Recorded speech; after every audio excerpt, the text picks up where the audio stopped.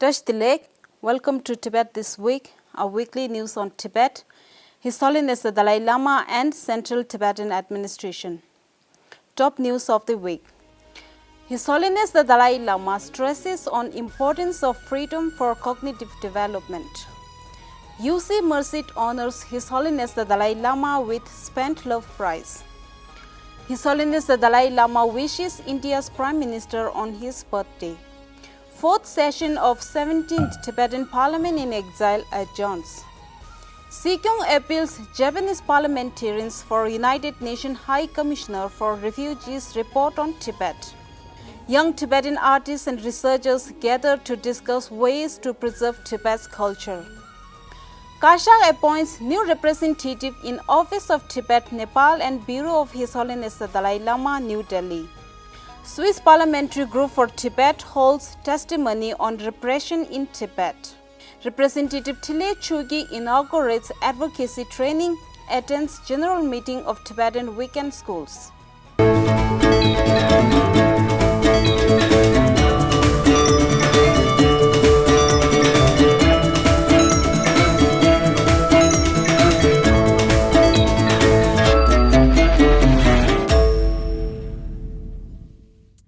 This Thursday, during an interaction with a group of youth leaders, His Holiness the Dalai Lama said freedom is crucial for the cognitive development of individuals all around the world. His Holiness said people under the totalitarian regimes like that of the Communist Party of China can neither expand their knowledge nor can they make an informed decision without freedom of speech, thought, expression, association, etc. Totalitarian system, very bad. Each individual should have complete freedom, thinking, and raise a lot of questions. Why? I think in India, over 1,000 years,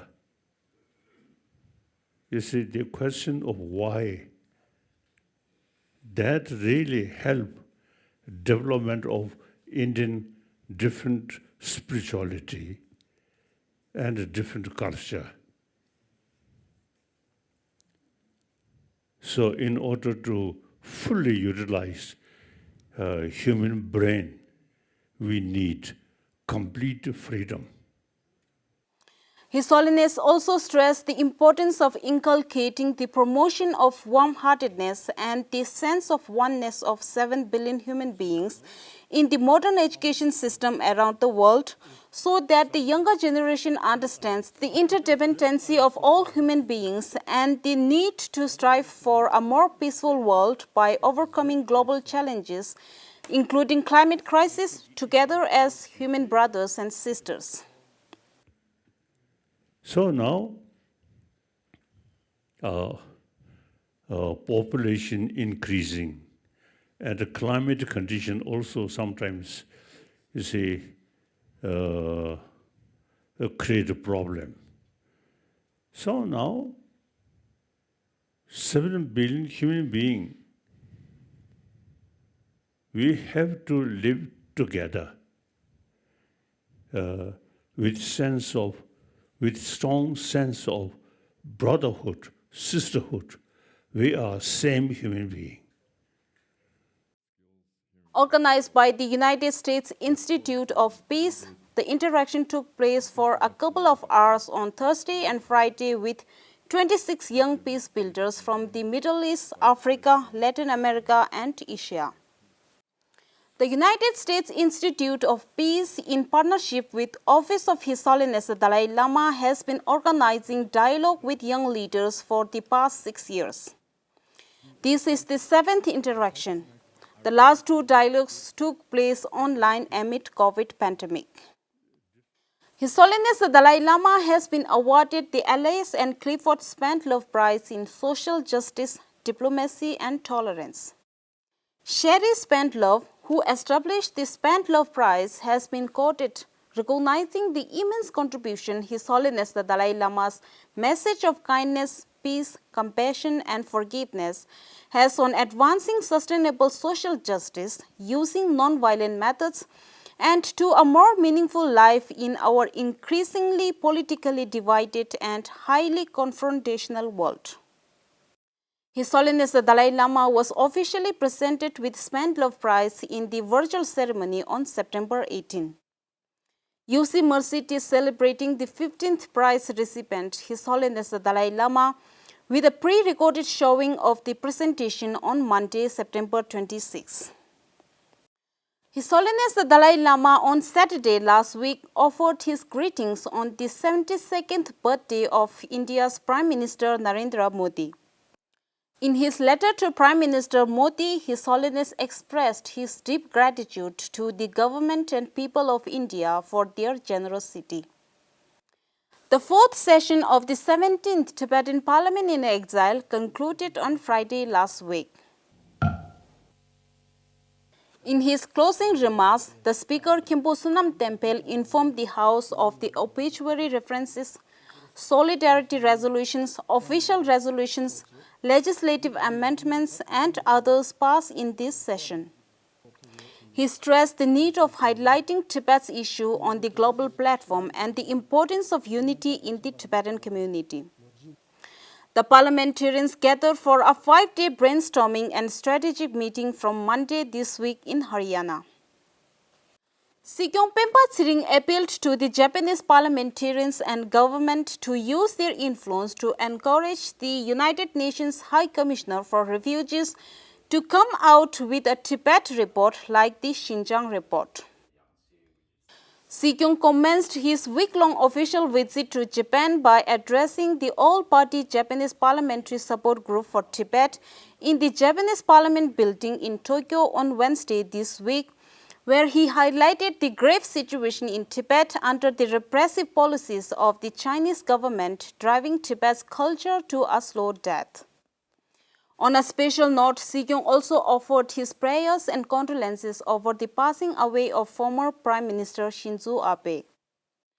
Mr. Shimomura Hagupan, chairman of the All-Parliamentary Support Group for Tibet, and Ms. Sagura Yoshiko, president of Japan's leading think tank, expressed their continued support for and solidarity with Tibetans.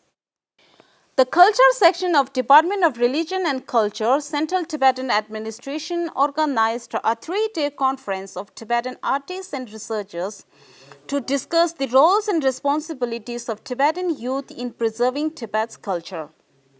Sikyong Pemba on Tuesday this week inaugurated the 3-day conference and in his address highlighted the hardships suffered by the older generations in preserving Tibet's cultural identity in their early lives in exile and emphasized the youth as the key characters in advocating Tibetan movement. Following the appointment notice issued by the Kashag dated 19th August 2022, Tsipri Lopen Tugu Ngawang Chudrup assumed the charge of the representative of the Office of Tibet in Nepal. A handing over ceremony was held from Sunday last week for 3 days between the outgoing representative Tsultim Gyatso and the newly appointed representative in the presence of Department of Information and International Relations Secretary Kama Chuying as the official witness.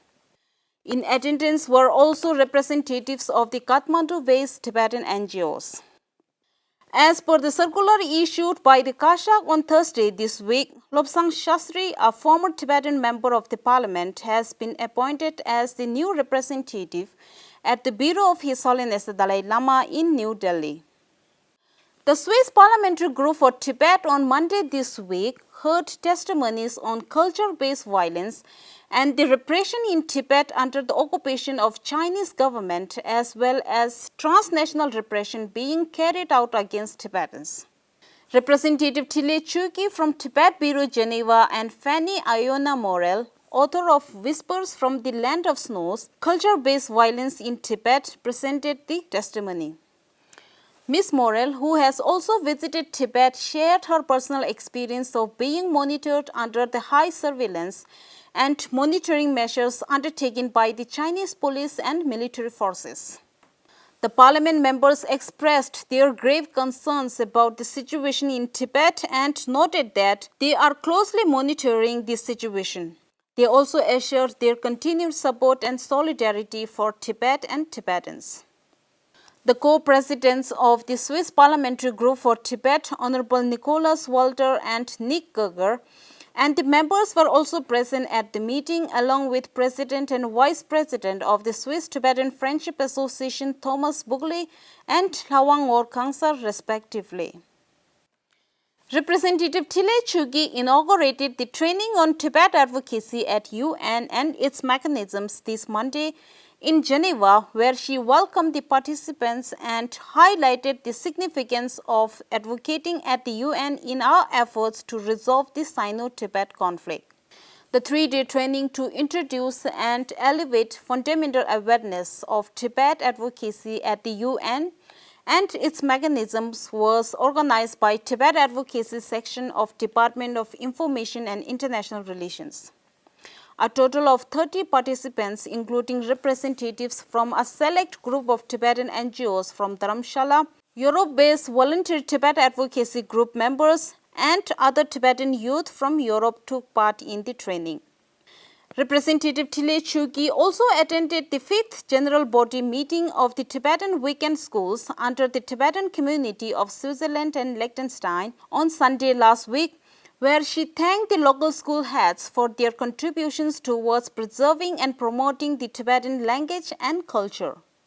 Representative Thinlay Chukki and accountant of Tibet Bureau Geneva, Tenzin Chesang, on Saturday last week, attended the Tibet Day celebrations organized by the Land Court and Liechtenstein sections of Tibetan community of Switzerland and Liechtenstein. That is all for this week. See you next time and have a great weekend.